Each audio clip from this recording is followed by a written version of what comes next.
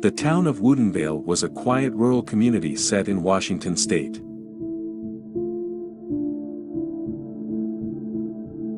It was a place of natural beauty and small-town values.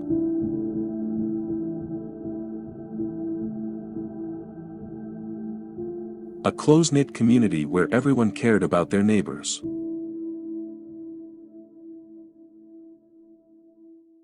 Nestled on the foothills of the Cascade Mountains, it was a wonderful place where countless generations worked, played, and raised families. That was, until the biters came. By the next morning, a town, which had stood for over a century, would be gone. Devoured by the biters, the walking dead, during what many believed was their last night on earth.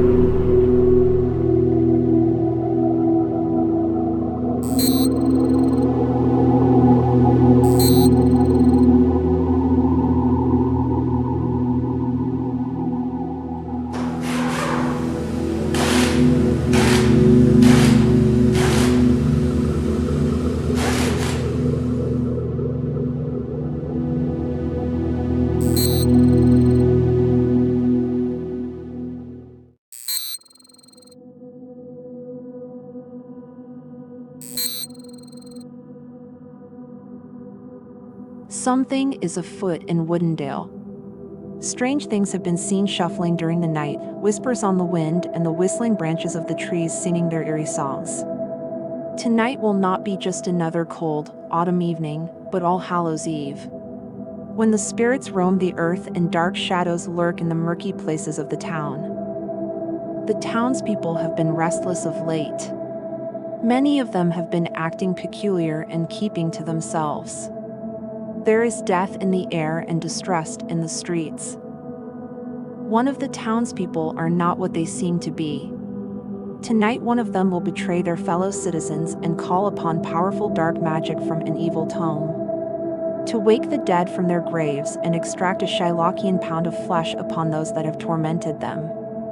But in their thirst for vengeance, they have unknowingly released the zombie apocalypse upon the world.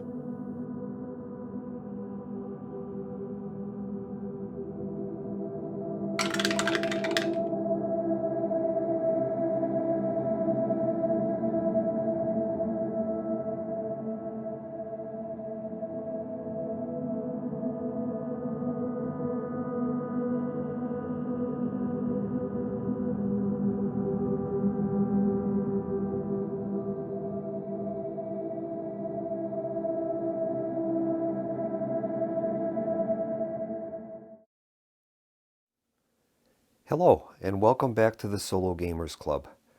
Tonight I'll be playing Last Night on Earth, the zombie game, 10-year anniversary edition.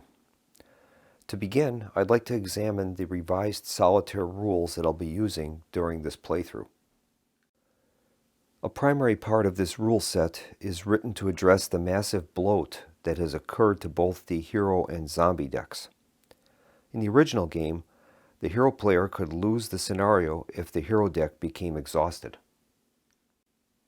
However, with the addition of so many cards from the various expansions, this became a near impossibility. To address this, the designers have included several zombie cards that discard hero cards, but this attempt has not gone far enough to deal with the massive amount of bloat. My solitaire rules deal with this problem by modifying the procedures used during the game setup, specifically the deck setups. As you saw in the prologue, we'll be playing the promotional scenario, All Hallows Eve. We begin the setup by addressing the scenario-specific rules. I removed all of the townsfolk cards from the hero deck and randomly selected 6. The unused cards are returned to the hero deck. The selected townsfolk cards include Coach Packer, Gym Teacher, Miles, Blast Miner, Farmer Sty, T-Bone, Football Jock, Lizzie, the Shopkeeper, and Samantha, Radio DJ. Those cards are paired with their townsfolk counters, along with the numbered counters, 1 through 6, and they'll be set aside for later use. The hero character sheets were shuffled, and I drew 6. I selected 4 to start the scenario. I placed the hero character sheets and their models, along with any starting item cards, off to the side. The unused hero character sheets were returned to the stack and shuffled to create the hero pool. The game board was created by placing the center board on the table and randomly placing 4 L-shaped tiles around it. The zombie fight cards were separated and formed into a zombie fight deck. All non-10th Anniversary Edition zombie cards that discard hero cards are removed from play and placed in the box. These include the cards Nowhere to Hide, Nowhere to Run, We're Too Late, Hunger for the Living, All is Lost, and Town Secrets. All of the scenario search items, in this scenario those with the keyword fire, are set aside. That amounts to 12 cards. The remaining hero cards are shuffled, and a number of cards, in this case 53, are added to the scenario search items to bring the total to 65 cards. This new deck is shuffled, and it forms the hero deck for the scenario. The unused hero cards are returned to the box, sight unseen. For games with an extremely large amount of cards, I ended up purchasing a manual card shuffler from a yard sale. And I use this to shuffle those cards. It works quite well, actually. Run this through a few times, and it gives you a nice randomization of the decks. We do the same with the zombie cards. We've dealt out a total of 65, shuffled those, and those are formed into the scenario zombie deck. All other zombie cards are returned to the box, sight unseen. The reason each of the decks is composed of 65 cards is that's the number of zombie and hero cards that were listed on the 10th Anniversary Edition component list. So evidently the designers intended that those decks should be that size, and that's what we're doing. The only thing we are doing is ensuring that the scenario search cards have been included into the hero deck. The models are placed on the board at their starting locations per the scenario rules. In this case, they start at the center of the board.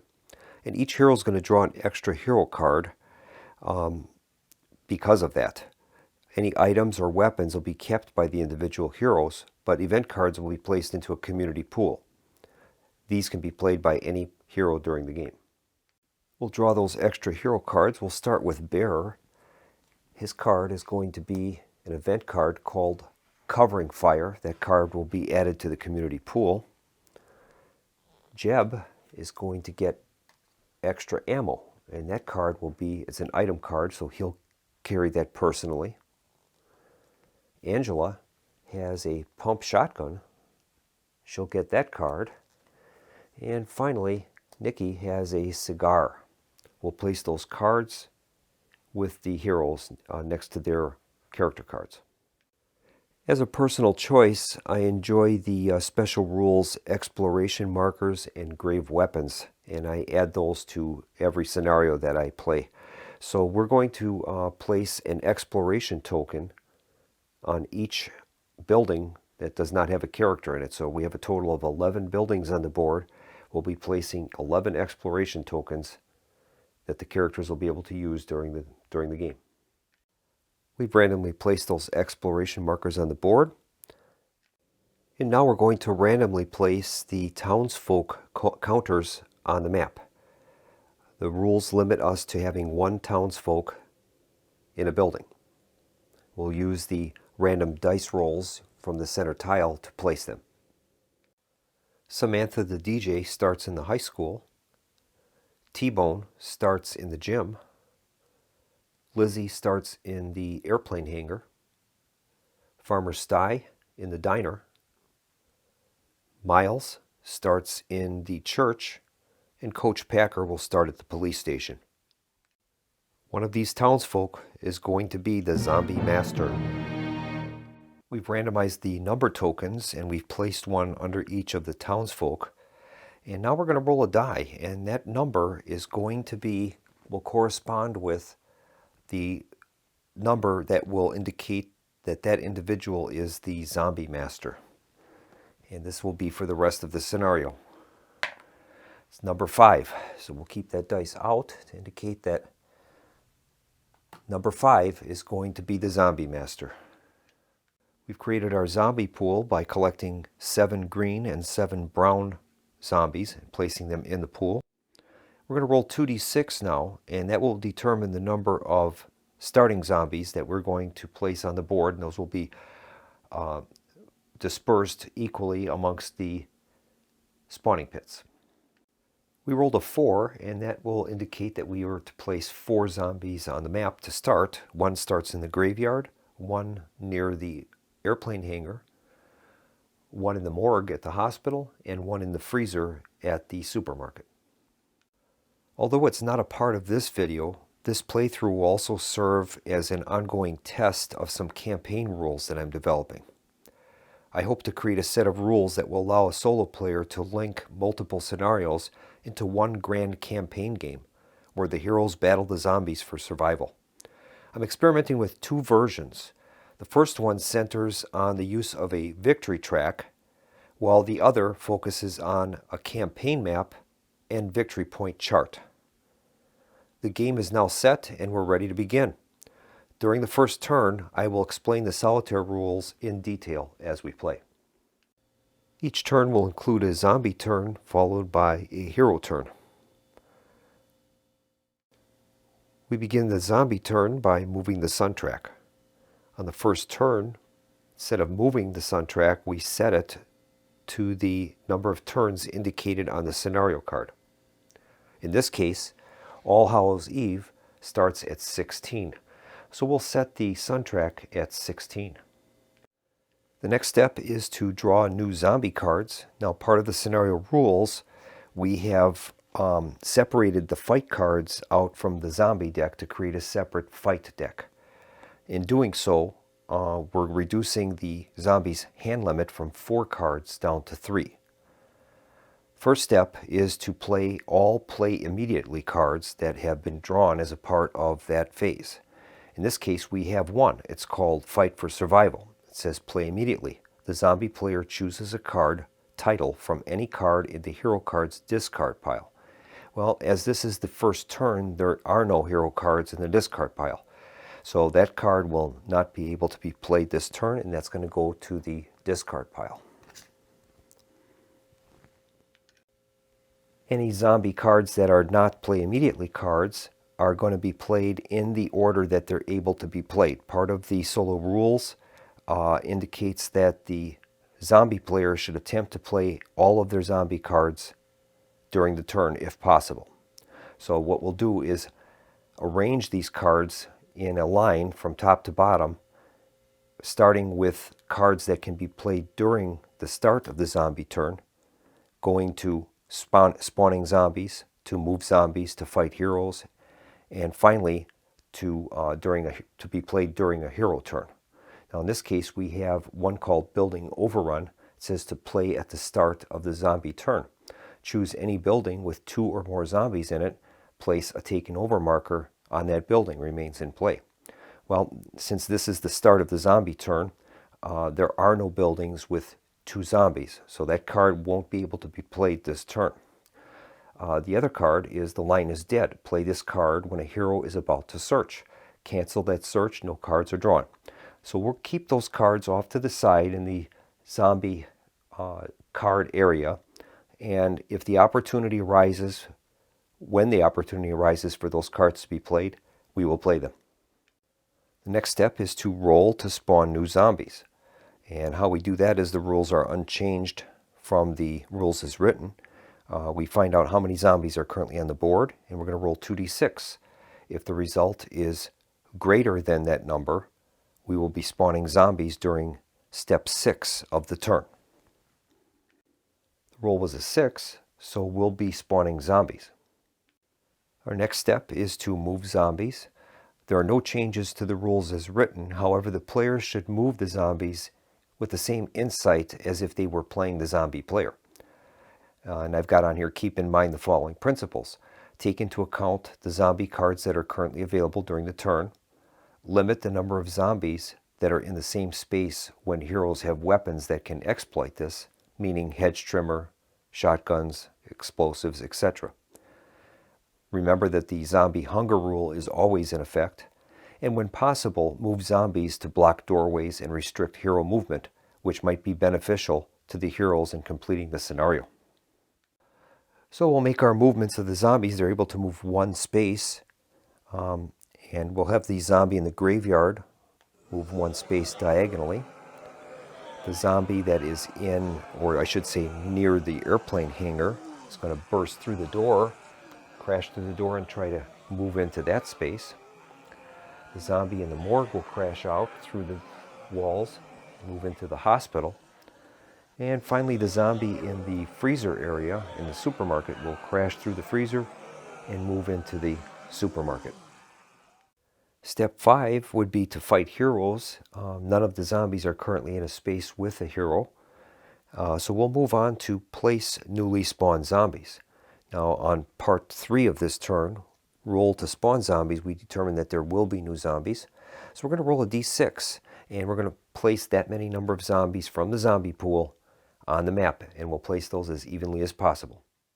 The roll is a 1, so we'll be placing 1 additional zombie on the map. And we'll place that at the spawning pit next to the aviation, or I should say the airplane hangar. That's going to complete the zombie turn, and we'll move on to our hero turns. And this is a good opportunity to discuss the scenario objectives. One of the townsfolk is the zombie master. That individual controls the zombie horde with the Book of the Dead.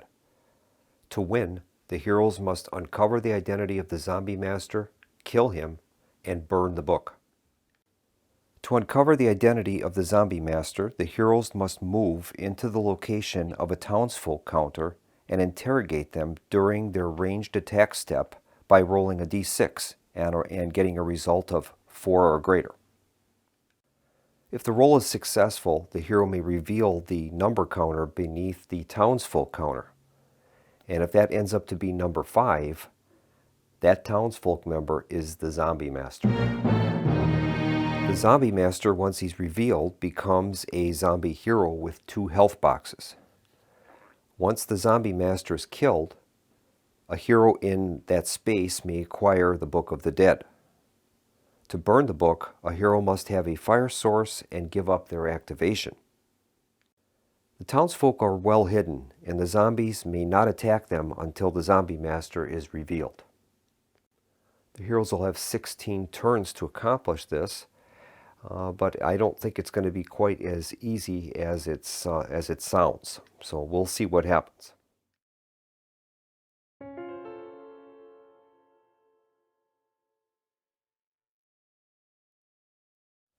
Before we begin with the hero turn, I think this is a good time to discuss some strategy, and at least how I approach the game from a strategy standpoint. First thing I usually do in forming a strategy for the heroes is to examine the buildings on the map and the pickup items that they offer. Then I look to see if any of the heroes begin the scenario with any of these items. This combination can be one of the best force multipliers in the game. In this case, we find out that Nikki begins the game with a signal flare. And we also find out that the airplane hangar's pickup is a signal flare. So it would be definitely to our advantage to have that signal flare. If it ends up into the discard pile, we'd be able to return to that airplane hangar and be able to reacquire that weapon. Same thing goes for, in this case, the pump shotgun. The pump shotgun is currently with Angela, and that's available as a pickup item at the police station. Next thing I like to do is to note which heroes have the most and the least health boxes. I like to pay special attention to heroes with less than 3 health boxes, as it's easy for the zombies to make a zombie hero out of these characters. And this is the easiest way for the zombie player to gain a force multiplier. In our case, Angela is the hero with the least number of health boxes. She has 2. So immediately I'm going to start looking for ways that I can find that will help to protect her. And if we examine the special abilities of the heroes, we find that Jeb has a very interesting special ability called No Way. And this ability prohibits the zombie player from playing any fight cards in the same space as Jeb. So I think it would make sense to pair up Jeb and Angela.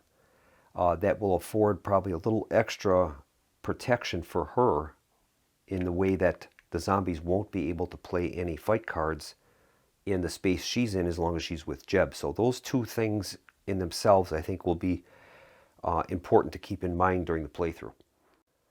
And then we also find out that Bear has the greatest number of health boxes. He has 4. So I would like to get the pump shotgun and the ammo to Bear. And something like a ranged weapon, it would be important to have those around as long as possible. So I'm going to think it would be important to have Bear get possession of the extra ammo and the pump shotgun. So I'll probably end up activating Jeb to start, and then during his exchange items step, he's going to give that extra ammo card with the 2 ammo tokens to Bear. And then next I would activate Angela, and then during her exchange items step, she's going to give the pump shotgun to Bear. So that'll give him not only the pump shotgun, but the extra ammo. And that can be a very powerful combination. And as we discussed earlier, Nikki has that signal flare. So I'm going to want to get that into the discard pile as quickly as possible. And then as long as we can keep the airplane hangar available to us, we'd be able to use that pickup ability. Instead of pulling a search, we would use the pickup ability and reclaim that signal flare. And that can be quite a big force multiplier. That signal flare has a range of 4, and it kills a zombie on a roll of 2+. So it's although it's a one-use weapon, it's pretty much an automatic takedown weapon. So then finally, I think what I would do is I'd have Bear with his newly acquired pump shotgun and ammo. I'd have him move towards the airplane hangar and take out any zombies that would be in that area.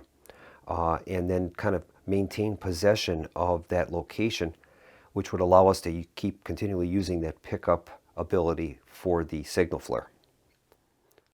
Normally I'd be a little leery in wasting a turn to reassign weapons and equipment. We have to keep obviously those characters that we want to exchange the items with. We'll have to keep them in the same location in order for them to accomplish that exchange. And normally I'd be a little leery to do that, but as this scenario gives us a generous 16 turns, I don't think it's too unreasonable to use one of them to reassign our equipment into better hands. So we're going to begin the hero turn, and we can select the order in which the heroes will activate during the turn. I'm going to begin with Jeb, and he's not going to move during this turn. And we're going to have him, once he reaches his exchange item step, we're going to have him give the extra ammo to Bear. So we'll take care of that right now. We're going to transfer that extra ammo card to Bear. And that's pretty much going to end the turn for Jeb. We're not going to have him, he has no ranged weapons to attack with, and there are no zombies in his space. So we're going to mark Jeb as previously activated.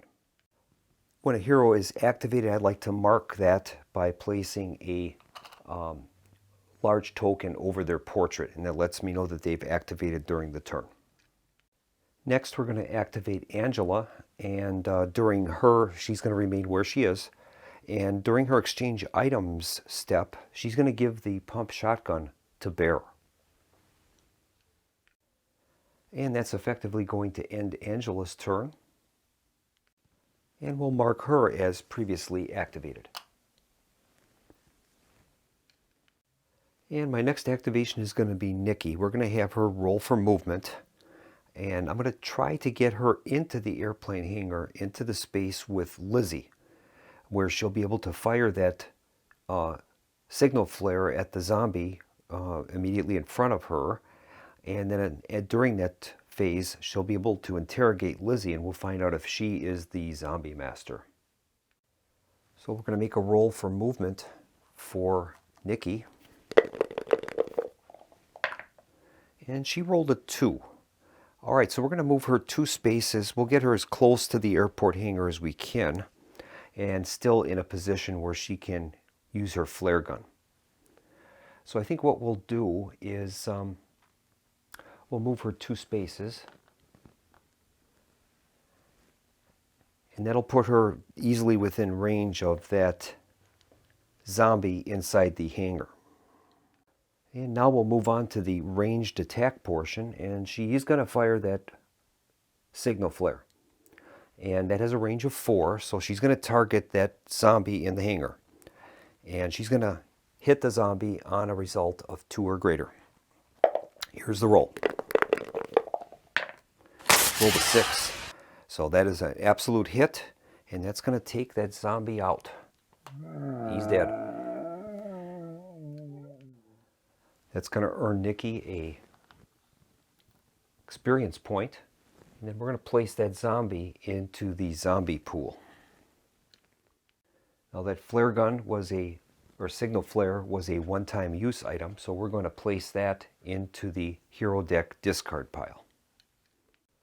So we'll place that experience point on Nikki's card, and that's effectively going to end her turn. So we will mark her with a previously activated marker on top of her portrait. And that leaves us with Bear. Now Bear has that pump shotgun, so we're going to have him roll for movement, and we'll see how much ground he can cover during this turn. He rolls a 1 only. Okay, so that isn't too good. So we're going to move him 1 space, I think closer towards the airplane hangar.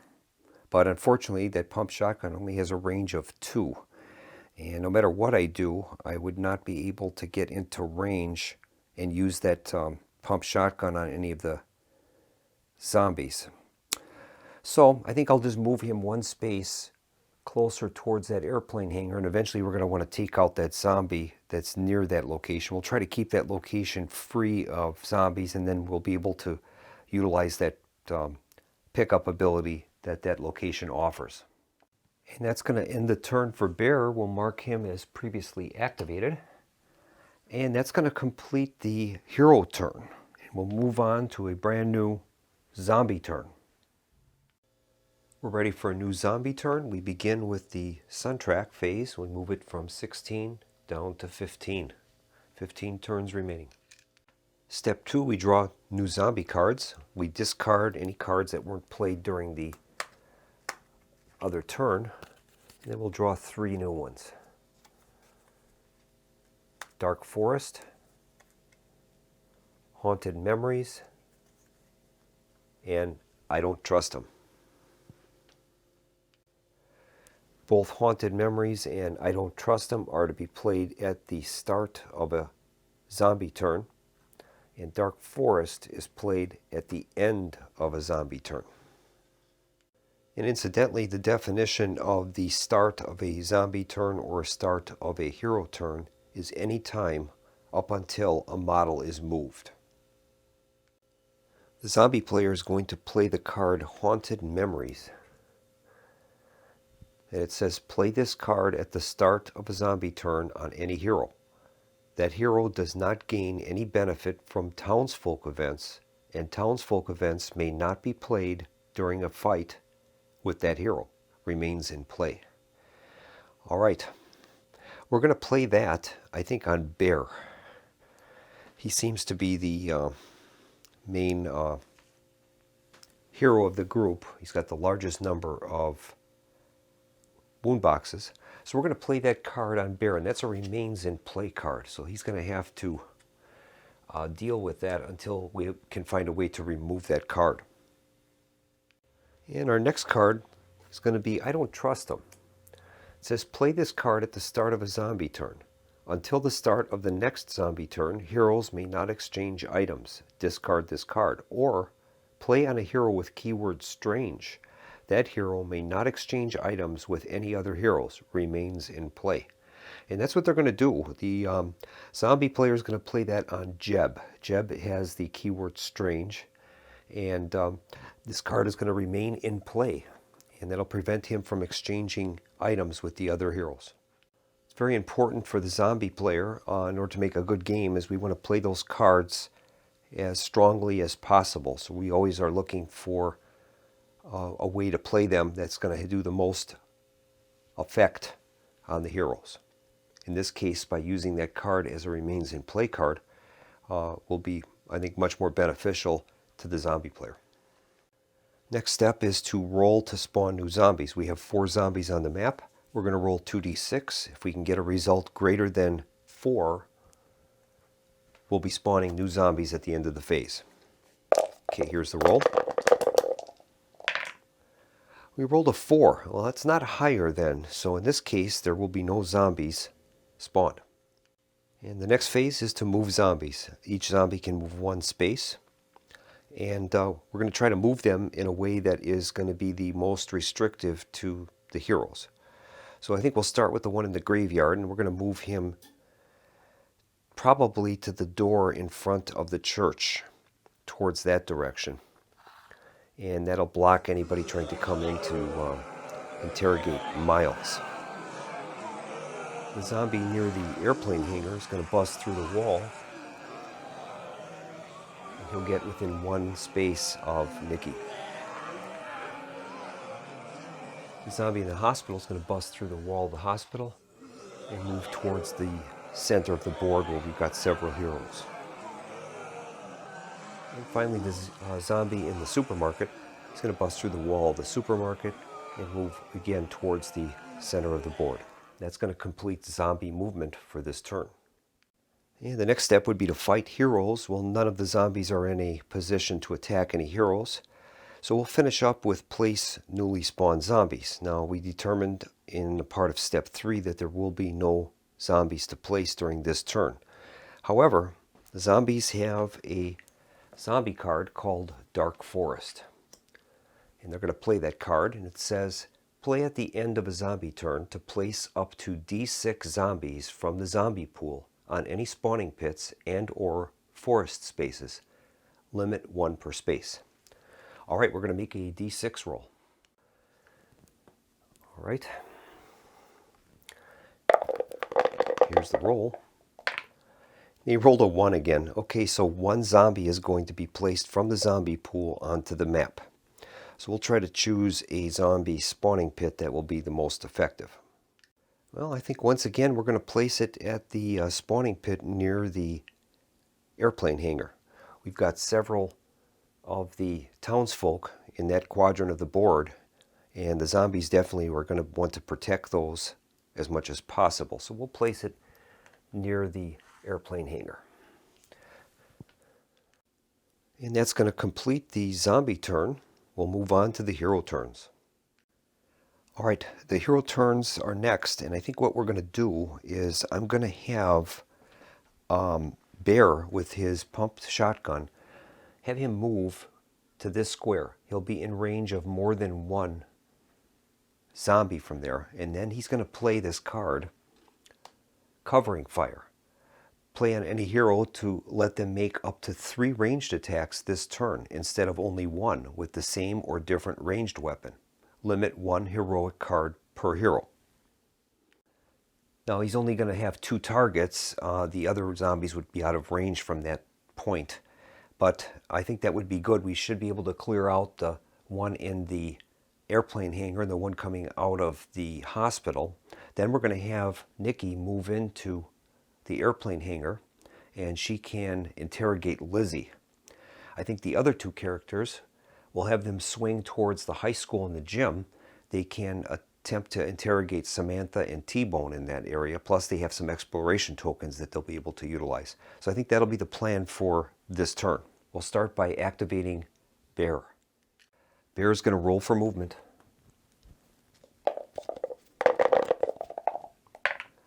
Rolls a 6. Okay, we don't need that much movement, but that's good. Bear's going to move 1 space. That'll put him in range of 2 separate zombies. He's going to play the card Covering Fire. And then during the ranged attack step,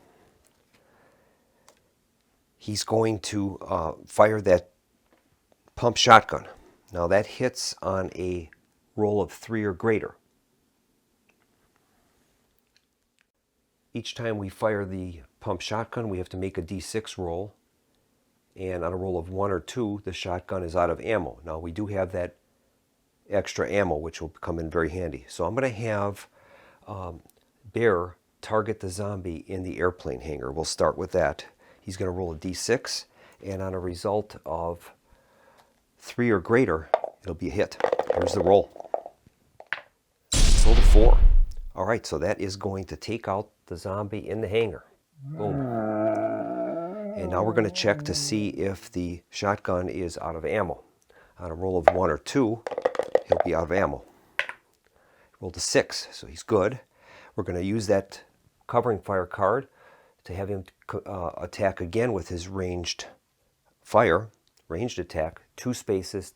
We'll have him attack the zombie coming out of the hospital. Again, on a roll of 3 or better, zombies hit. Here's the roll. Rolled a 2. That's a miss. Now I'm going to have Bear play one of his ammo tokens, and that's going to allow him to re-roll a 2 hit. And that's what he's going to do. He's going to re-roll that. Looking for a 3 or greater. Rolled a 4. That's a hit, and the zombie is killed. That's great. Now we're going to roll to see if the pump shotgun is out of ammunition. On a roll of 1 or 2, it will be out of ammo. Now we still have 1 more ammo token plus the card that we can play if that happens. He did roll a 2, so the pump shotgun is out of ammo, but we're going to play the second ammo token, and that will prevent him from having to discard the pump shotgun. So that was a pretty good effort by Bear. Now Bear is going to earn 2 XP, 1 for each of the zombies he killed with the pump shotgun. There's his 2 XP. We'll place that on his card. And that's going to end Bear's turn. We're going to mark him as previously activated. We'll place the XP on his card, and then we're going to discard Covering Fire card. The 2 ammo and the 2 zombies will return back to the zombie pool. And now we're going to activate Nikki, and she's going to roll for movement. We're going to try to get her into the same space as Lizzie. Here's the roll. She rolled a 4, so she's got 4 movement points, and that's what we're going to do. We're going to move her into the airplane hangar, 1, 2, and into Lizzie's space. That will allow her to interrogate Lizzie during the ranged attack step. And she's going to attempt to interrogate Lizzie. She needs to roll a 4 or greater to be successful. Here's the roll. She rolled a 6. So that's a success. We'll be able to reveal the number token underneath Lizzie. And we're looking for number 5. And that would tell us that that individual is the zombie master. So we'll take a look at that token underneath Lizzie. And it is number 5. It is Lizzie is the zombie master. So we're going to take the Lizzie shopkeeper card, and that is going to become the zombie master. Now that is considered to be a zombie hero with 2 wound boxes. Now as Nikki moved into the space with Lizzie, she is going to have to fight a hand-to-hand combat with her. Now we're going to move to the fight zombie step. And in this step, Nikki is going to combat the zombie master Lizzie. We begin by determining whether or not Lizzie has a fight card. We're going to roll a d10, and on a result of 9 or 10, we're going to draw a fight card from the zombie fight deck. Here's the roll. She rolled a 2, so there's no fight card involved. So now this is going to be resolved by Lizzie will have 1 die to roll, being as a zombie, and Nikki is going to be able to roll 2 dice. In order for Nikki to inflict a wound on Lizzie, she needs to have a roll higher than Lizzie's die and to have doubles. So it's going to be very difficult to do with just 2 dice, but that's what will happen. If it's strictly just that she has a higher value than Lizzie, then she just fends her off. So here's the roll.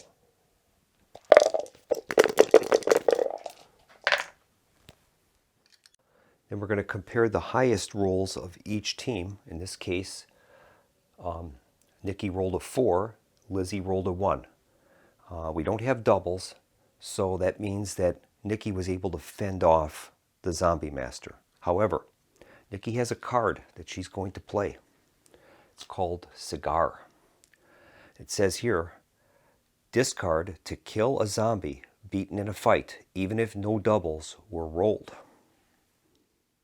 Now this card is going to kill Lizzie, even though she has 2 health boxes, but it says kill a zombie beaten in a fight. So that is going to kill her, and Nikki is going to gain the Book of the Dead that falls to the ground after the zombie master is defeated, and Nikki will pick that up.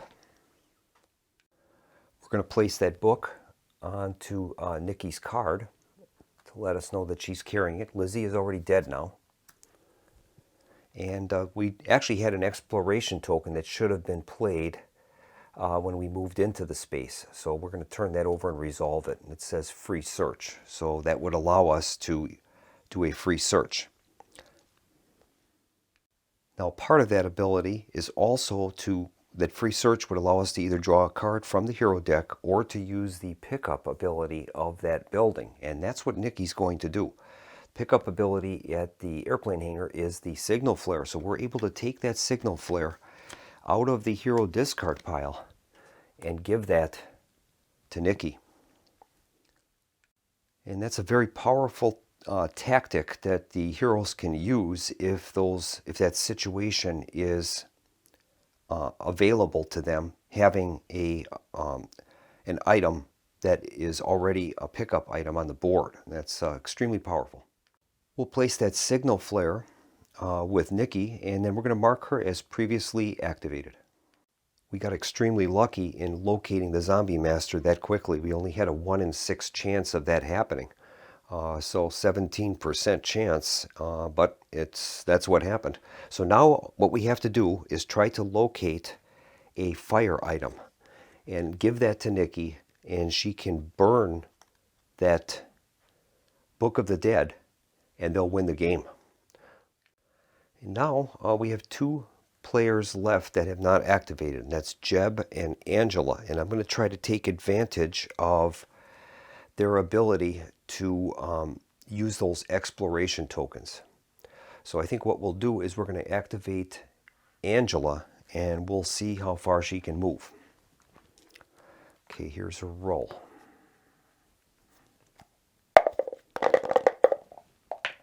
She rolls a 5. Okay, so she's got 5 movement points.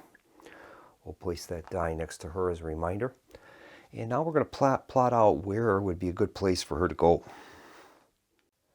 And I think what we'll do is I'm going to have her move to the high school. She's going to move 1, 2, 3, 4, 5, entering the space with Samantha. That will allow her to reveal the exploration token. That's a free search. So that will allow her to draw a hero card. We'll see if we can get a fire item. Here's the card. And the card is Get Back, You Devils. Play to kill any zombie beaten in a fight, even if no doubles were rolled. Okay, well, we're going to add that card to the community pool, and any of the heroes will be able to use that. We'll discard that search token. And then it's now the ranged attack step, and we are still able, even though we have located the zombie master, the characters are still able to interrogate the townsfolk to gain their townsfolk card and the abilities that are listed. So she might as well try to do that. So she's going to interrogate Samantha. And we'll have a roll on a 4 or greater. She will be successful. Here's the roll. She rolls a 6. Okay, so Samantha has been interrogated. We can get rid of that token. That she would have been player number 6.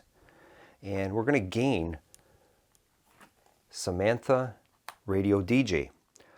And actually, I checked the scenario rules. That card is not given to the hero. It should go into the community pool.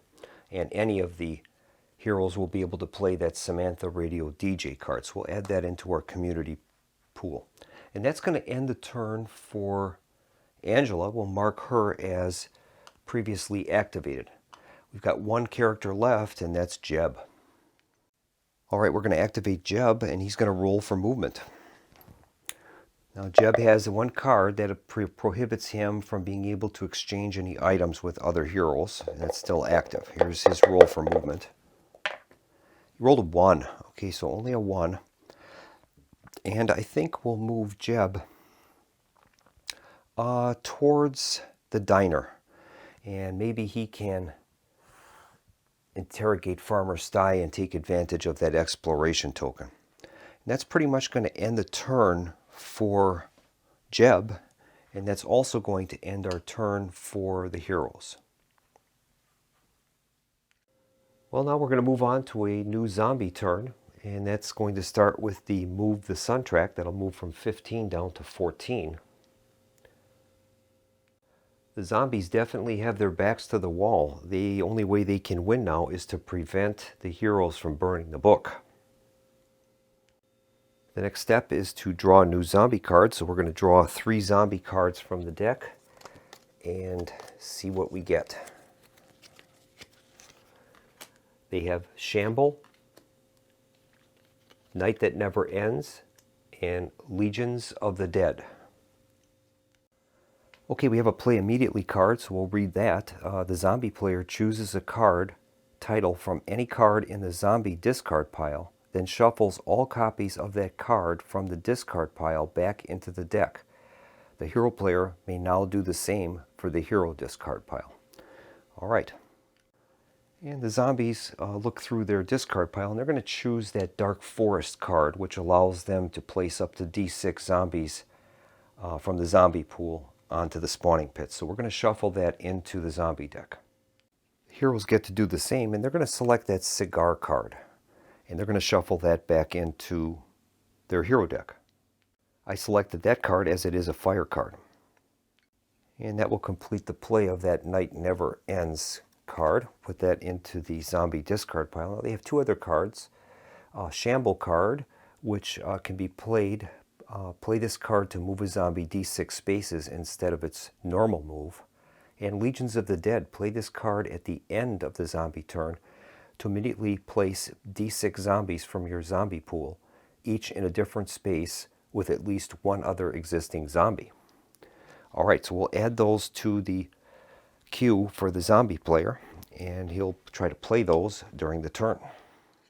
The next step is to roll to spawn new zombies. We have a total of 3 zombies on the board, so any roll greater than a 3 is going to spawn zombies this turn. Here's the roll. They rolled a 12, so no problem with that.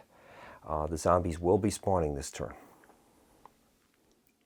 And now we move on to the move zombies phase, and we're going to play that card, that shamble card. And that's going to play this card to move a zombie d6 spaces instead of its normal move. And we're going to play that card, I believe, on this zombie here. And he's going to attempt to break through the wall and attack Nikki, who has the Book of the Dead. So they're going to be able to roll a d6 and move that many spaces. Okay, here's the roll. Rolled a 2. All right, so that's just enough. He's going to crash through the wall and attack Nikki with the Book of the Dead. That shamble card is going to go into the discards, and then we're going to continue moving our other zombies.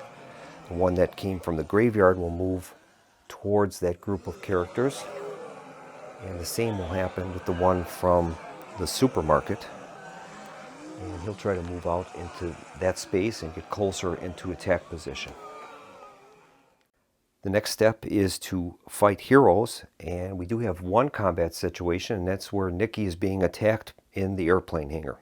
We begin by rolling a d10 to see if the zombie is going to get a fight card. Roll of 9 or 10, he'll get a fight card. Here's the roll. He rolled a 9, so we're going to draw a fight card from the zombie fight deck and implement that into the combat. And that one reads, Hungry for Brains. Fight. Play to add +1 to a zombie's highest fight dice roll for each hero upgrade the hero it is fighting currently has. All right, well, that one is not going to help because Nikki does not have any hero upgrades at this point. So I think what we'll do is we're going to keep drawing until we get a card that can be played. So the next card would be Hopeless. And it says it's a sacrifice. Choose and discard any zombie card that currently remains in play. Choose any hero on the board. That hero must immediately discard an item, take a wound, or lose their next hero turn. Hero's choice. And the zombies are going to play that, and I think what they'll do is they are going to discard the zombie card, Haunted Memories, which was played on Bear. And it says that we can discard that card in order to gain the benefit,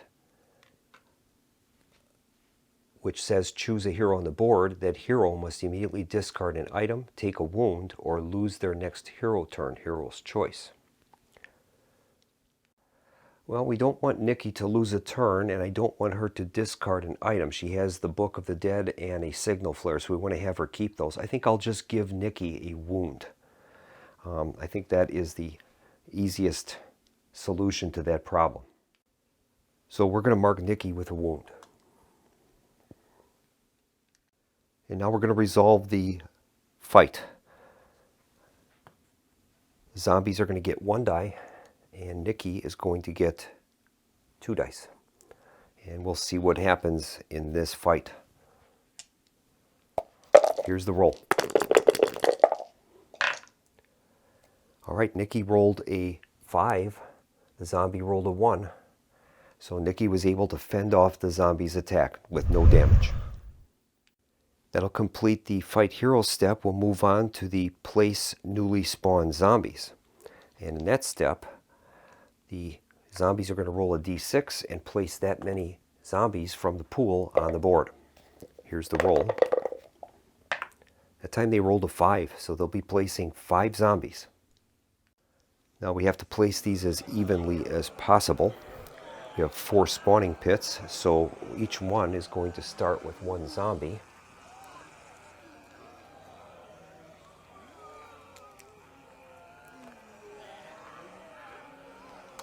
And then we can start doubling them up. And I think we will place that other zombie at this pit here. And that's going to complete that step. We have 1 other zombie card that they have that they can play, and that's called Legions of the Dead. Play this card at the end of the zombie turn to immediately place d6 zombies from your zombie pool, each in a different space with at least 1 other existing zombie. All right, so we're going to make a D6 roll and place that many zombies on existing spaces. Here's their roll. Rolled a 3. So 3 additional zombies are going to be able to be placed. We can place them in any spaces where there are already zombies. So we'll definitely be placing one in the space where Nikki is, one at the spawning pit nearest her, and I think we'll place one in this location. They're relatively close to some other heroes. And that is going to complete the zombie turn. And now we'll begin a new hero turn. And I'm going to begin with Nikki. She's definitely in trouble there in the airport hangar. She's got 2 zombies in her space. So we're going to activate her. And she is going to, before she plays or makes her roll for movement, she's going to play the card Samantha Radio DJ. And it says play to heal a wound from each hero, or play to shuffle the hero discard pile back into the deck and then draw a hero card for each hero. And I think that's what we're going to do, is we're going to shuffle those discards back into the deck, and then each hero is going to gain a hero card, and hopefully one of them will have a fire item. And we'll start by drawing the hero cards. This one will be for Nikki. She has Outsmart. It's an event. Choose an event from the hero discard pile to take into hand. After playing Outsmart, remove it from the game. All right, we'll add that to our community pile. Next will be Bear. His card is Backpack. The hero may now carry an additional 3 items, one of which may be a weapon. All right, we'll give that to Bear. Next draw will be for Jeb, and he has Flashlight and Pitchfork. It's a double-handed item, and it says the hero ignores the effects of lights out. Anytime a zombie tries to move into the hero's space, they must roll a 4 or greater on a d6. Otherwise, the zombie's move ends in the adjacent space. That's a good card. We'll give that to Jeb. And finally, the card for Angela. She's in the high school right now, and she has a Fire Extinguisher. Discard at any time to cancel a fight involving that hero, or move every zombie in the same and adjacent spaces to the hero 1 space each in any direction, except during a fight, or remove any number of fires in the hero's space and or adjacent. So we're going to give that Fire Extinguisher to Angela. Incidentally, it's pretty thematic that she ended up picking up the Fire Extinguisher. You would expect that there would be one in a high school. So the game really has a lot of those elements where things combine to make for very, very interesting stories. And now Nikki's going to roll for her movement. She rolls a 3. Okay, we're definitely going to try to get her out of that airplane hangar and into a place of some safety. And I think we'll move her 1, 2, 3. It'll give her a little bit of a separation around her from other zombies. And I think that should be pretty safe for her there. Okay, next is the ranged attack step, and Nikki is going to fire her signal flare. And I think she's going to target that pack of zombies that are here. It has a range of 4, so 1, 2, 3. It's definitely within range. And she's going to hit on a roll of 2 or greater. And that will discard that signal flare after she uses it. So here's the roll on the signal flare. She rolls a 3. That's a hit. So she'll have taken out one of those zombies. The signal flare is going to be put into the discard. And Nikki is going to earn her 2nd experience point. So we're going to give her another experience point card token. We'll add that to her card, and then we're going to mark her as previously activated. We'll place that zombie into the zombie pool. And now I think we're going to activate Angela. She's currently in the high school, so we're going to activate her for movement. Okay, here's her movement roll. She rolls a 5. Okay, so she's got 5 movement points. And I think what we want to do is try to get her into a building with an exploration token. And that would be probably a good way for her to try to get a fire item. That's what we need. So I think I'll have her just move a couple spaces. 1, 2, and then she'll move into the gym, and then we'll be able to reveal that exploration token. And that is a free search. So she's going to draw a card from the hero deck, and she ends up with a logging axe. It's a double-handed weapon. Combat bonus. The hero rolls an extra fight die and wins on ties. If you lose the fight, it breaks on a result of 1, 2, or 3. Discard. Okay, we'll give that card to Angela.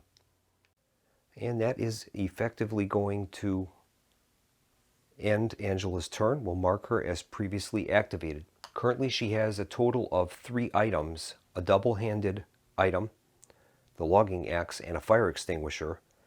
And one of those, the logging axe, is a double-handed weapon. So she's still within her carrying capacity, but she won't be able to pick up any more weapons. And now I think we're going to activate Bear. Bear has that pump shotgun, and he does have the extra ammo card. So I think what he's going to do, he'll roll for movement.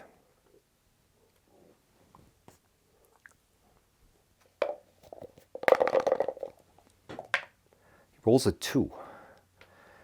All right, so I think what we'll do is we'll try to move him in a position where he can still get at those zombies and fire his pump shotgun. So I think I'll move him 2 spaces. That'll put him in range of 2 groups of zombies. And we move on now to the ranged attack step, where he's going to fire that pump shotgun. The pump shotgun has a range of 2, and it allows us to roll a die for each zombie in a target space. So I think what we'll do is we're going to have him target the zombies that are at the spawning pit. And we'll see if he's able to hit any of them. He's going to hit them on a result of 3 or greater. Here's the 2 dice. He's hit both. Both zombies have been struck, and they're dead. They collapse into a lifeless pile of flesh. And he is going to earn himself 2 experience points for killing both of those zombies. And that's going to give Bear a total of 4 experience points, and that would make him eligible to gain a upgrade. First, we have to determine whether if the shotgun is out of ammo or not. On a result of 1 or 2, it will be out of ammo. He rolls a 4, so we're still good. And I think we're going to do that. We're going to spend 3 of Bear's 4 experience points to gain him an upgrade. So Bear's going to spend 3 of those XP, and he'll be able to draw a upgrade card, either a melee card, ranged card, or special card. Now since he has that pump shotgun, I think we'll go with the ranged upgrade. And that card is revealed to be Shoulder Holster. The hero may carry 1 extra gun item. This does not count against their carrying limit or weapon limit. All right, and then that can be boosted for 2 XP once per ranged attack while using a gun. The hero may re-roll a missed 2-hit roll. All right. We'll assign that shoulder holster to Bear, and that could come in handy in the future. The zombies now are going to be returned to the zombie pool. And Bear has done his job. He's done a good job with his pump shotgun. And that's going to complete Bear's turn. We've marked him previously activated, and that leaves us with Jeb. Now the only problem with Jeb is that he is, because of this I don't trust him card that the zombies played on him, he's unable to exchange items with other heroes. So if he finds a fire item, he won't be able to exchange items with another hero to give that to them. So that puts a little bit of a damper on his capabilities. So I think what we'll do is we'll activate Jeb for movement. And we're going to have him roll D6 for movement. And here's his roll. He ends up with 4 movement points. All right, let's see where we can move Jeb to. Now, Jeb has some pretty good defensive abilities. He has that flashlight and pitchfork, which allows him to kind of block zombies from moving into his space. And also he has that no way capability, which allows him to, it prevents zombies from playing fight cards in his space. So I think what we'll do is I'm going to have Jeb move 2 spaces, 1, 2, into the diner. And then he'll immediately be able to take a look at that exploration token. It's a free search that will allow him to draw a card. We'll see what he gets.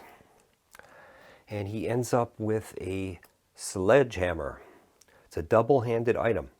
Combat bonus. The hero may only roll a single fight dice. Additional fight dice may not be added. If a 4, 5, or 6 is rolled, the zombie is instantly killed.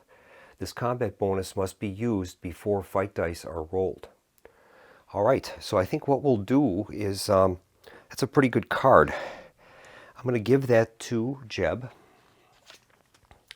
And he's going to have to get rid of a card because he has 2 double-handed items then. Is that true? Not really. No, that would be a total of 4 items, of which 2 may be weapons. So I guess he would be able to have that. The sledgehammer is a hand weapon, and the flashlight and pitchfork is simply an item. So he is able to keep that. So we'll do that. We'll have him keep that. And then now he's going to make a roll to see if he can interrogate Farmer Sty and see if he can get that townsfolk card. So he's going to make a roll on a 4 or greater. He'll be able to claim Farmer Sty as an ally. Here's the roll. Rolled a 5. Okay, so he's going to gain Farmer Sty's card. And that will be added to the community pool. It says prevent any one zombie from moving this turn, or add or subtract 1 to any fight dice roll. It's a pretty powerful card. We'll add that to the community pool. And we're going to mark Jeb as previously activated, and that is going to end the hero turn. The heroes have done pretty well. They have possession of that Book of the Dead. They're just simply looking for a fire item and trying to get that to Nikki. We'll begin our next zombie turn. We begin the zombie turn by moving the sun track. It's going to go from 14 down to 13, so we've got plenty of time. Next step is to draw new zombie cards, and they end up with the following cards. They have 2 shamble cards. Play this card to move a zombie D6 spaces instead of its normal move, and also a play immediately card. Draw 3 zombie cards. At the start of your next turn, if you have more cards in your hand size than your hand size will allow, discard down to your normal limit. All right, so that gets played immediately. And they get to draw 3 zombie cards. And those additional cards are, My God, He's a Zombie. Play to cancel any townsfolk event card on a roll of 4 or greater and remove it from the game, or play at the start of a zombie turn to place a zombie from your zombie pool in any space adjacent to a hero. They also have Risen from the Grave. Sacrifice. Remove 2 of your zombies from anywhere on the board. Choose any 1 card from the zombie card's discard pile and take it into hand. All right. And then another card is Blood in the Forest. Play immediately. All zombies in outdoor spaces roll an extra fight die. Remains in play. I'm going to check the rules and find out what the definition of an outdoor space is. I found the definition of an outdoor space, and it's basically any space that is not a part of a building space, those within the walls of a building. It does say that, note, even though some areas are open air, such as the junkyard, they are treated the same as any other building for game purposes. So that would apply to the graveyard as well. So that card is a play immediately card. All zombies in outdoor spaces roll an extra fight dice, and that is a remains in play. So we'll keep that out in the zombies card area. The remaining cards we'll place in order, and we'll attempt to play those during the turn. Alright, the zombies have a card that they're going to play to start off the turn. It says Risen from the Grave. Sacrifice, remove 2 of your zombies from anywhere on the board, and then choose any one card from the zombie card's discard pile and take it into hand. Well, they're going to select the card Legions of the Dead. Play this card at the end of the zombie turn to immediately place D6 zombies from your zombie pool, each on a different space with at least one other existing zombie. Alright, so we have to remove 2 zombies from the board. We'll take 1 from the airplane hangar and 1 from that space, and then we'll place that card in our hand. Zombies have another card, and that says to play at the start of a zombie turn to place a zombie from your zombie pool in any space adjacent to a hero. So that's what they'll do. They're going to place a zombie next to Nikki. She's the one with the Book of the Dead. So we'll definitely want to place that near her. All right. And now we're going to go on to step 4, which is move zombies. All right, now zombies have a few cards that they're able to play. They have several shamble cards. And they're going to play 1 shamble card to move a zombie D6 spaces. And we're going to apply that to the zombie that's in the graveyard. And he's going to make a roll for movement, D6.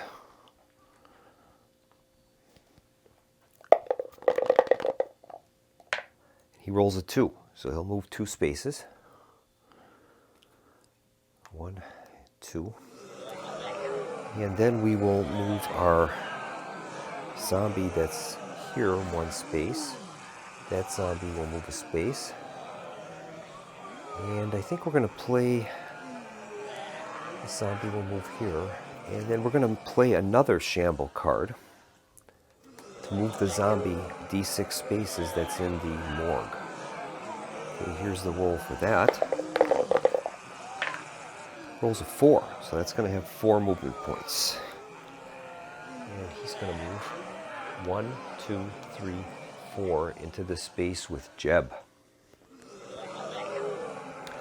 And then we'll finish up our zombie movement by moving this zombie to the town center, I think. And this zombie will move 1 space from the freezer into the supermarket.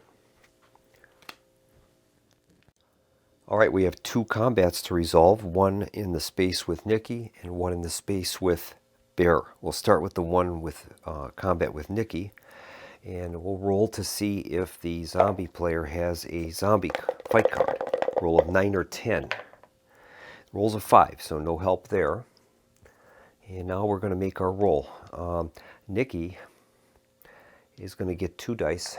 The zombie will get 1 die, plus they'll gain an extra fight dice as they are in outdoor space. So they're going to be receiving 2 dice. And we'll roll that and see what happens. Okay, here is the roll. And we'll re-roll that one. And in that case, the highest die of each set, the heroes outdid the zombies 6-2. So we have a standoff there. No wounds, and the zombie will remain in the space. Now we're going to move on to the combat with Bear and that zombie outside the airplane hangar. We'll start and roll a d10 to see if the zombie has a fight card. Roll is a 4, so there's no fight card. And the same situation will apply. Bear has 2 dice. The zombie has a single die, and as that is an outdoor space, he gets an extra die. We need to try to cancel that card if we can. Okay, here is the roll. And this time, the zombies score higher than the heroes, and that means that Bear is going to take a wound. We'll mark Bear's card with a wound marker. He has 3 wound boxes remaining. And I failed to roll to see if there were going to spawn new zombies. Now at that time we had 9 zombies on the board. So we'll make a roll there, and on a result greater than 9, they'll be spawning zombies. Here's the roll. Roll a 7, so there'll be no new zombies this turn. And we'll move into the last phase, which is place new zombies. There won't be any, but the zombies have a special card that they're going to play, and that one is play this card at the end of the zombie turn to immediately place D6 zombies from your zombie pool, each in a different space with at least one other existing zombie. So we'll make a D6 roll and find out how many will spawn from that card. Here's the roll. Roll a 1, so 1 extra zombie that has to be placed in a space with an existing zombie. And I think we'll place that in the space with Nikki. All right, and that is going to complete the zombie turn. We'll move on to the hero turn. Well, things are starting to heat up. The board is covered with zombies, and we need to try to find a fire item for Nikki so that she can burn the book to win the game. And before we start our hero turns, I discovered we have one more battle to take care of, and that was the battle in the diner between Jeb and the zombie. Now, I also made one other mistake. When that zombie moved into Jeb's spot, he had a flashlight and pitchfork. And it said here that anytime a zombie tries to move into the hero space, they must roll a 4 or greater on a d6. Otherwise, the zombie's move ends in the adjacent space. So we'll make a roll for that to see if that actually happened or not. They need to have a 4 or greater to enter his space. They did. They rolled a 6, so they were able to enter the space. Now we'll have our combat. Now this is indoors, so the zombies won't get a benefit for blood in the forest. So they're going to have 1 die, and Jeb will have 2 dice. Now, he does have a combat card, and it says here that the hero may only roll a single fight dice. Additional dice may not be added. If a 4, 5, or 6 is rolled, the zombie is instantly killed. This combat bonus must be used before fight dice are rolled.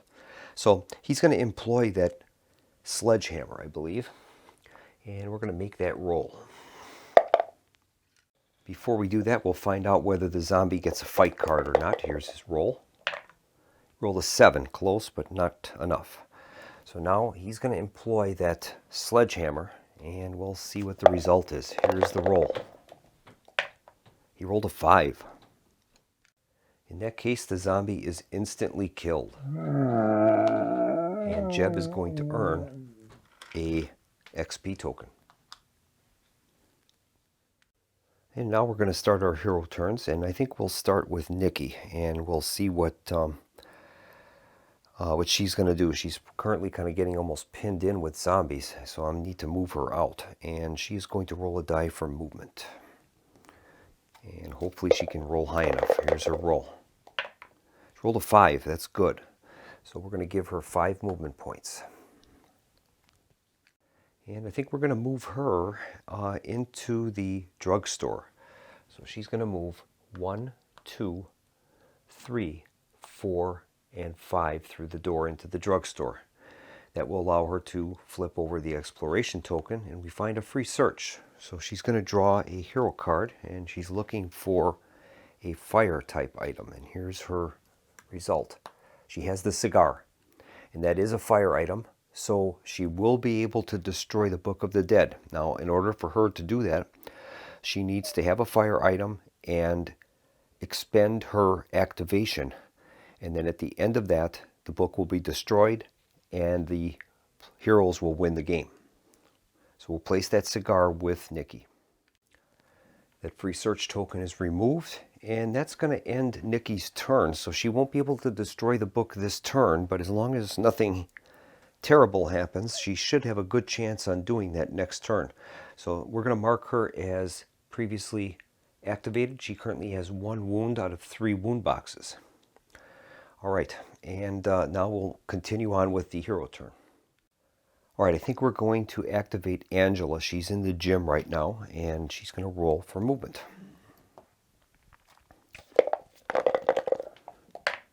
She rolls a 3.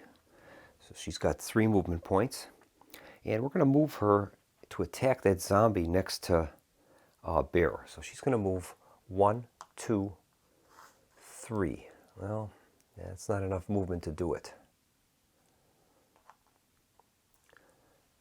Let's see here. 1, 2. Yeah, she could do it that way, but that's 2 zombies in that space. We don't want to do that either. I think she'll move back the other way. 1, 2, 3.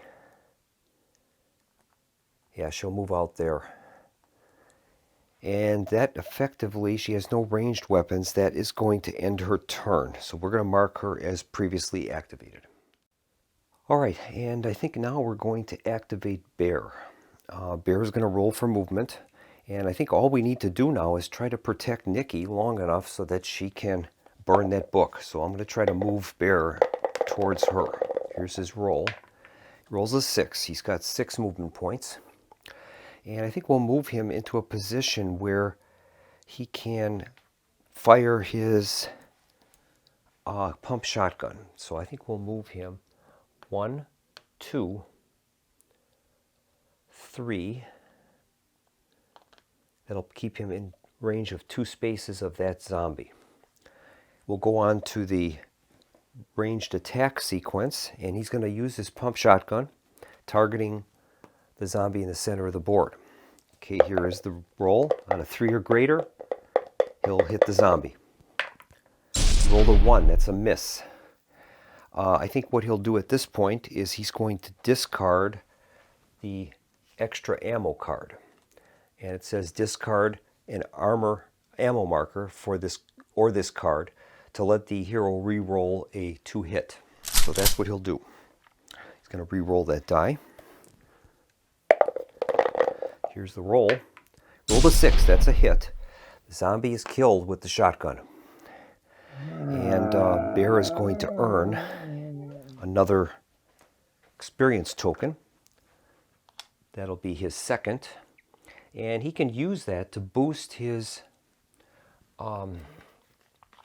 ability that he has, the shoulder holster. For 2, once per ranged attack, while using a gun item, the hero may re-roll a missed 2-hit roll. So we're going to do that. We will upgrade that shoulder holster. And now we have to check to see if the pump shotgun is out of ammo. On a roll of 1 or 2, he will have to discard the pump shotgun. We have no more extra ammo. Here's the roll. He did roll a 1, so we have to discard the pump shotgun. All right. So we will discard that card, and that is going to end Bear's turn. And we'll place the zombie into the zombie pool. And that leaves us with just Jeb left. And Jeb is going to activate, and we're going to have him roll for movement. He rolls a 4. Okay, we're going to try to move him into the same spot as Nikki.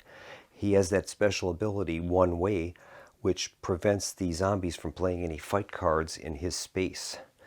So we'll have him move 4 spaces. 1, 2, 3, 4. So he couldn't quite reach Nikki, but he's at least guarding the door there. And at this point, he really has nothing else that he can do. So we're going to mark him as previously activated, and that is going to end the hero's turn. We'll move on to a new zombie turn that starts out with the sun track. We'll move that down from 13 to 12. And unless the zombies can somehow stop Nikki from burning that book, they're going to lose the game. And the next step is to draw new zombie cards. And the zombies end up with the following cards. They have, I have a bad feeling, Lights Out, and Dragging Meat. This one plays at the start of a hero turn. This plays at the start of the zombie turn. And this one plays during the zombie's move phase. So we'll put those in that order. And we'll start out with the Lights Out card. And that one plays at the start of a zombie turn on any building to place a Lights Out marker on it. The zombies have cut the power. Any hero moving into a space within this building immediately ends their move, remains in play. So we're going to place a lights out marker on any building on the board, and obviously we'll put that in the drugstore where Nikki is. So we'll take a lights out marker and place that in the drugstore. And that card goes to the discard pile. All right, now we're going to roll for spawning of new zombies. There's 6 zombies on the board, so any roll above 6 will spawn new zombies at the end of the turn. Here's the roll. Rolled an 8, so we will be spawning zombies. All right, we are at the move zombie step, and they're going to play a card called Dragging Meat. Play during the move zombies phase to roll a d6. That many of your zombies may move d3 spaces each this turn instead of their normal 1 space. All right, so we'll make a roll and find out how many get a d3 movement. Here's the roll. They're going to get 3, so 3 of them will be using a d3 for movement this turn. And we'll make those movements right now. We'll start out by rolling for this zombie here in the supermarket. He's going to move d3 spaces. Okay, I've got a d3 die here, and he moves 3 spaces. So he's going to move towards Nikki. 1, 2, and 3. He's made it into Nikki's spot. Right. And now we'll do the same for some other zombies. This one in particular, he'll move d3. He rolled a 3, so he'll move 3 spots. 1, 2, 3, and he'll attack Bear. Finally, we have one more that can move d3, and we might as well move him. He's the closest. Here's the roll. He rolled a 2, so he's got 2 movement points. And he'll move 1, 2. Okay, the card is spent. And then we'll move the rest of our zombies. One is going to move towards Angela, another one to the center of the board, and one towards the supermarket. And that's going to end the move zombies step. And now we move on to the fight heroes step. We have 2 battles. One is outside and one is inside. And we'll start with the one with Bear.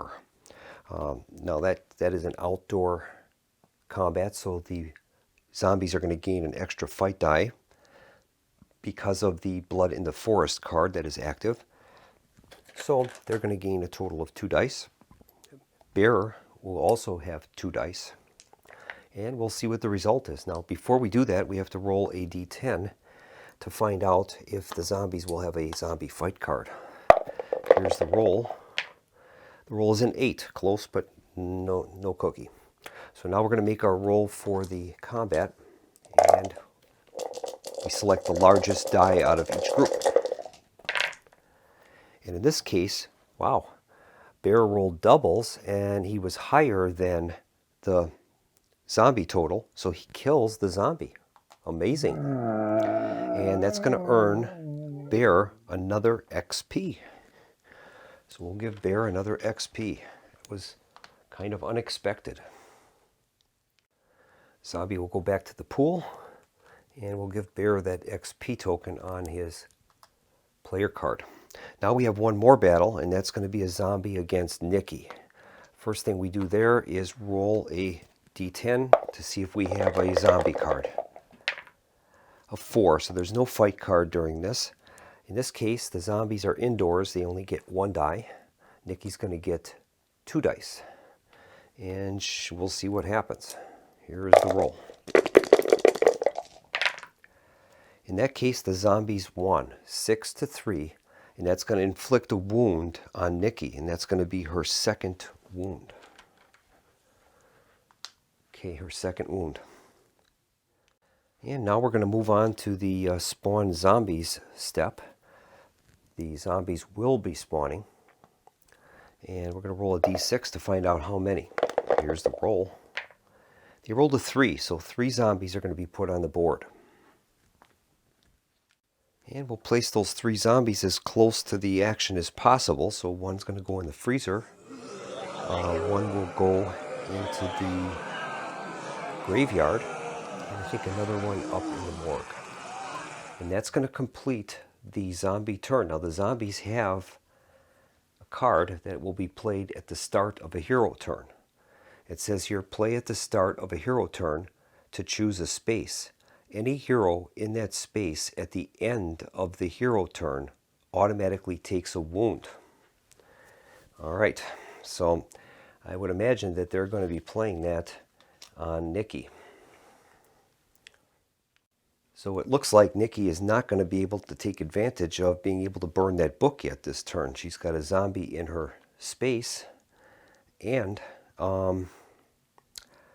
now she would take an additional wound if she remains in that space. So we're going to activate Nikki for movement, give her a die roll, and see what happens. We're hoping that she can roll a high number to get out of there. Okay, here's the roll. She rolled a 3, so she's got 3 movement points. And I think we'll just try to get her out of here as much as we can. 1, 2, and 3. Move her in back of the diner. Now she has no other items that she can really use at this time. She has to keep that card, the cigar card that she has as a fire item. Otherwise she would be able to use her rescue gear by discarding a card and being able to heal a wound. But at this point, we're just going to, I think, draw an end to Nikki's activation. We'll mark her so, and we'll continue on. And I think we're going to activate Jeb. Jeb is going to roll for movement. He rolls a 4. All right. And the closest zombie to Nikki is the one that's in the drugstore. So I think Jeb is going to move in there, and he's going to attack that zombie using his sledgehammer. And what that does is the hero may roll only a single fight die, but if the result is a 4, 5, or 6, the zombie is killed instantly. So he's going to combat that zombie. We'll roll a 1 die each, and we're looking for a green die with a 4, 5, or 6 for an instant kill for Jeb. Here's the roll. And that's true. He rolled a 6. It's an instant kill of that zombie using his sledgehammer. That'll kill the zombie, earning Jeb another XP point. He's got a total of 2 now. We'll put that zombie into the zombie pool, and that's kind of removed a major threat from at least around Nikki. And that's going to conclude Jeb's turn. And I think we're going to activate Bear, and Bear's going to roll for movement.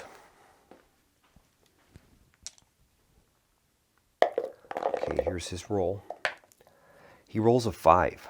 Well, he's going to move into the space, I think, with this zombie here. That's going to draw any zombies that are adjacent to him will, because of that zombie hunger, are going to move towards him, and maybe he can take some of the pressure off of Nikki.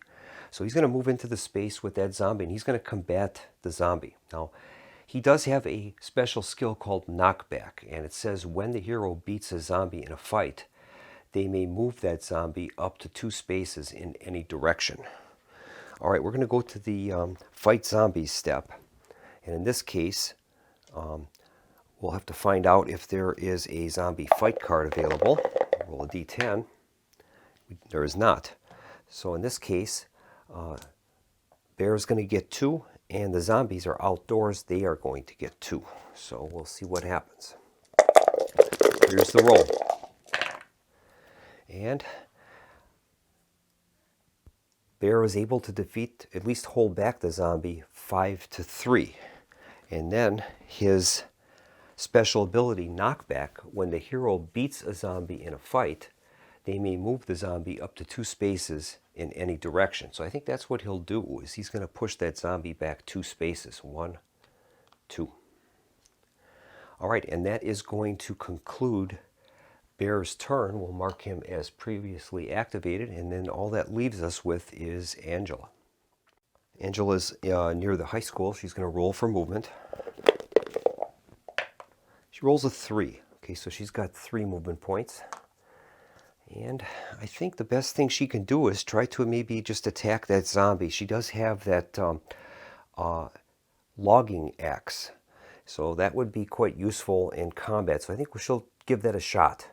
We'll have her move 2 spaces towards that zombie, and then she's going to fight that zombie using that logging axe.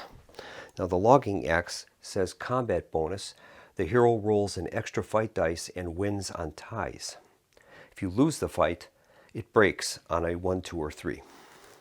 All right, so we're going to move to the combat portion, and Angela's going to get a total of her normal 2 dice and an extra die for the logging axe.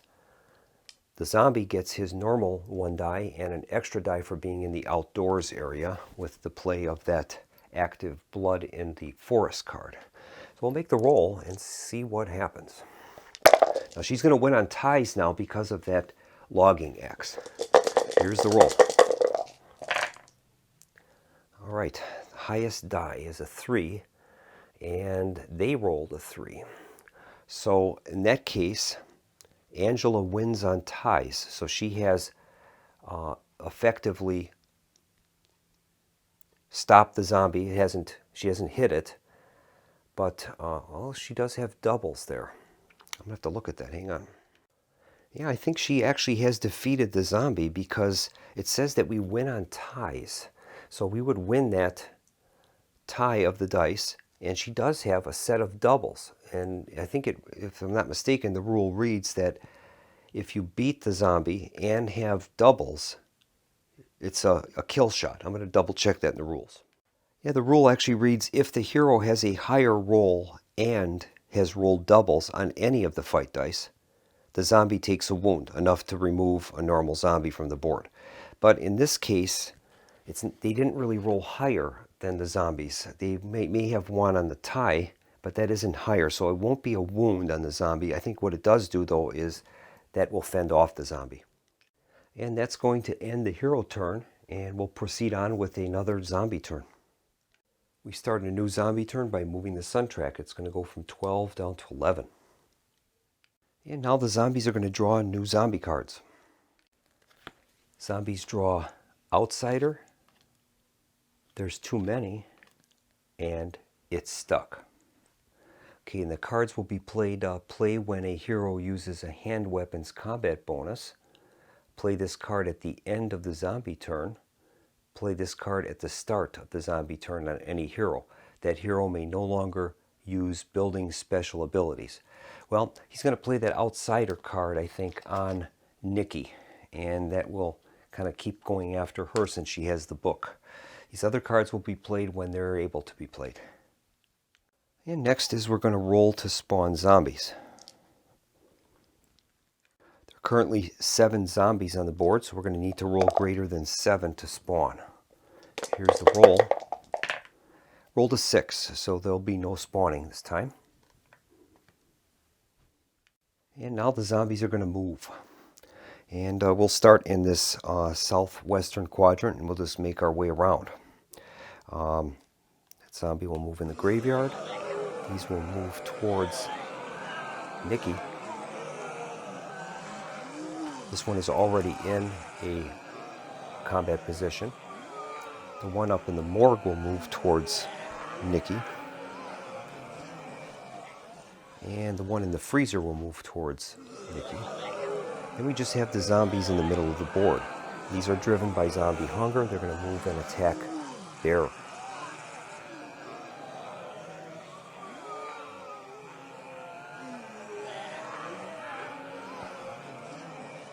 We're going to have 2 combats during the turn. One is with Angela and the other one with Bear. We'll begin with the combat with Angela, and we'll start by rolling for the zombie fight card roll. On a 9 or 10, they'll get a card. He rolled a 3, so no card. And we're outdoors, so each is going to get 2 dice. And Angela is going to use her logging axe, which is going to give her a bonus die. And she's going to win on ties. Okay, here is the roll.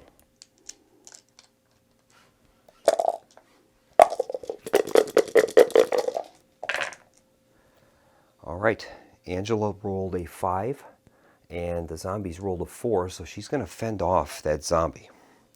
So no damage to either of the combatants.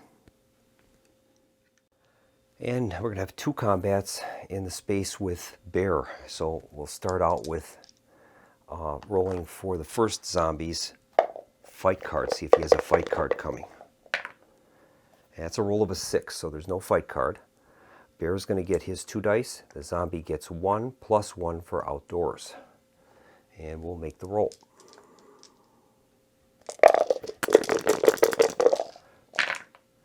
Okay, there's the roll. The zombie has won 6 to 5. So Bear is going to take a wound. And that's going to be his second wound out of a total of 4. We'll mark him accordingly. And now we'll move on to the second zombie in Bear's space. And once again, we're going to roll for see if there's a zombie fight card. He rolled a 1, so there's no card. And we'll be rolling the same number of dice.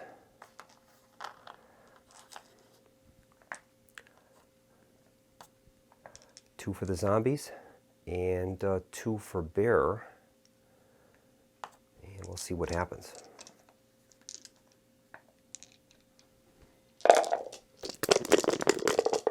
Okay, here's the roll. That time Bear won 6 to 5, so he's fended off the zombie. And I think what we'll do is he's going to play a card. And the card's going to be Get Back, Ye Devils. Play to kill any zombie beaten in a fight, even if no doubles were rolled. So he's going to kill that zombie. That's good. And that is going to earn him another XP. We'll give another XP to Bear. That's his second. And the zombie will be put back into the pool. And that is going to conclude the zombie fight portion of the turn. And that brings us to the end of the zombie phase. There will be no spawn zombies, but they have a card they're going to play called There's Too Many. Play this card at the end of the zombie turn to spawn D6 new zombies. You may remove them from anywhere on the board if there are not enough out of play. Alright, so they're going to roll a D6, and they'll be able to spawn that many number of zombies. Okay, and here's the roll.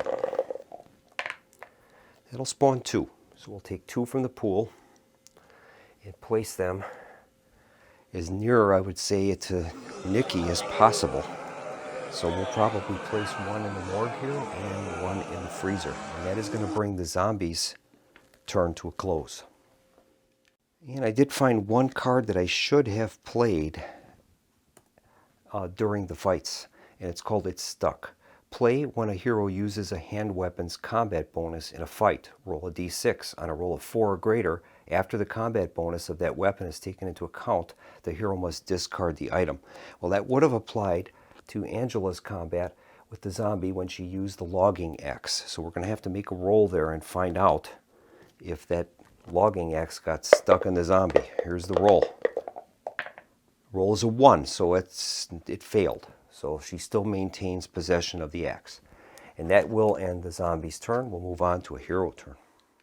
And I think first things first, we're going to activate Nikki. Now Nikki has to give up her activation during the turn. She's going to spend a fire item, which is the cigar, and that is going to burn the book. We'll mark Nikki as previously activated.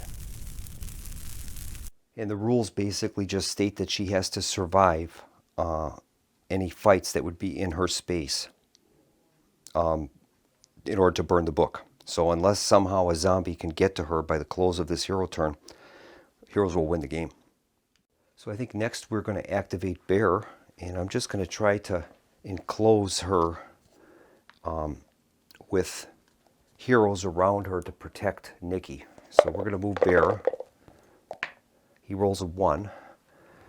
All right, so we're going to move him 1 space. And that is pretty much going to do Bear in for his turn. We'll mark him as activated. And then we're going to move Angela, I think. And we'll activate her. She's in a space with a zombie right now. We'll activate her for movement. She rolls a 1.